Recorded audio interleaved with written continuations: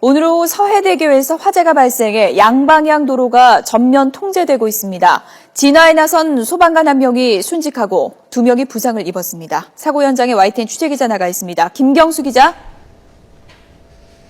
네, 서해대교에 나와 있습니다. 네, 지금도 교통 통제가 계속되고 있는 건가요?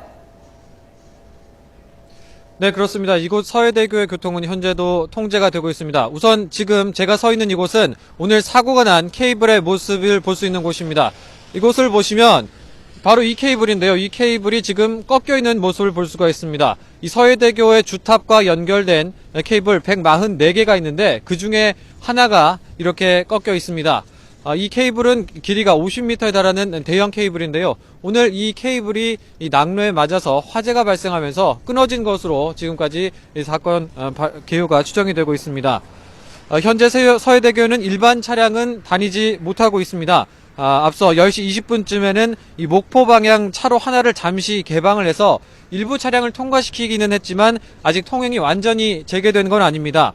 밤 8시 반부터 시작된 교통통제는 지금까지 계속 이어지고 있습니다. 현재 진화 작업은 마무리가 됐습니다. 현장에서는 긴급 안전진단이 진행되고 있는데요. 큰 문제가 없다면 서울 방향 도로는 곧 통행이 재개될 것으로 보입니다. 하지만 하행인 목포 방향의 통제는 계속될 것으로 보이는데요.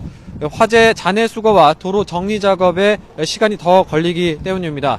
이 서해대교 주변에는 극심한 교통정체가 빚어졌습니다. 저희 취재진도 교통정체 때문에 현장으로 오는데 접근하는데 상당히 애를 먹었습니다. 도로공사는 운전자들에게 이 주변 국도로 우회해 줄 것을 당부하고 있습니다. 사고가 발생한 건 오늘 저녁 6시 반쯤입니다. 이 서해대교의 주탑과 교량 사이를 연결하는 두 번째 케이블에 불이 붙은 건데요.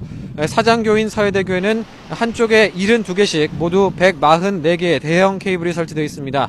이 가운데 하나에 불이 붙으면서 결국 끊어졌고요. 이 진화 과정에서 안타까운 인명피해도 발생을 했습니다.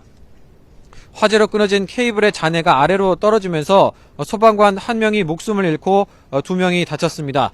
불이 난 곳이 30여 미터 높이의 주탑 꼭대기 근처인데다 바람까지 강하게 불어서 진화에 상당히 어려움을 겪었습니다.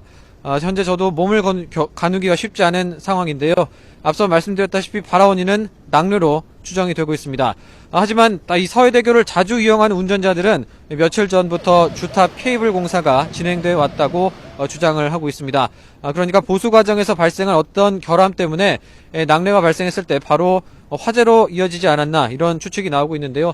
이런 의혹 부분은 나중에 경찰 조사를 통해서 밝혀져야 할 것으로 보입니다.